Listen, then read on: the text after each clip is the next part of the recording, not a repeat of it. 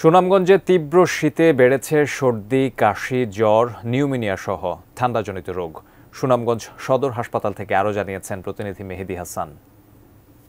গত এক সপ্তাহ ধরে কিন্তু শীতের প্রকোপ অনেকটাই বেড়েছে এবং এর সাথে পাল্লা দিয়ে বাড়ছে ঠান্ডাজনিত যে রোগ, সর্দি, কাশি, জ্বর এবং নিউমোনিয়া সহ নানাবিধ যে রোগ আছে সেই রোগ বাড়ছে এবং প্রতিদিন এখানে কিন্তু রোগীরা আসে এই হাসপাতালে।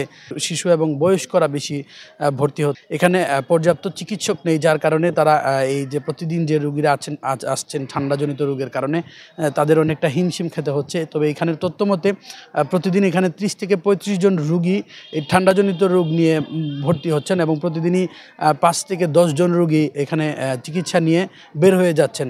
শিশু ওয়ার্ডটি আছে, সেই শিশু ওয়ার্ডে কিন্তু পর্যাপ্ত জায়গা না থাকার কারণে যে ফ্লোরে অনেক শিশুদেরকে বেড দিয়ে রাখা হয়, যার কারণে তারা অনেকটা সমস্যায় আছেন। আমরা এখানে যারা চিকিৎসা নিতে এসেছেন, যারা যে সাধারণ জনগণ, তাদের সাথে কথা বলেছিলাম।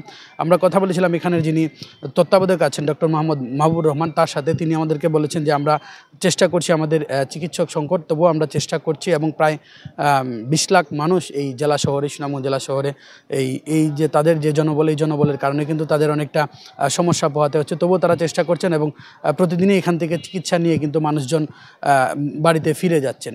তো এই ছিল আমার কাছে সুনামগঞ্জ থেকে সর্বশেষ তথ্য।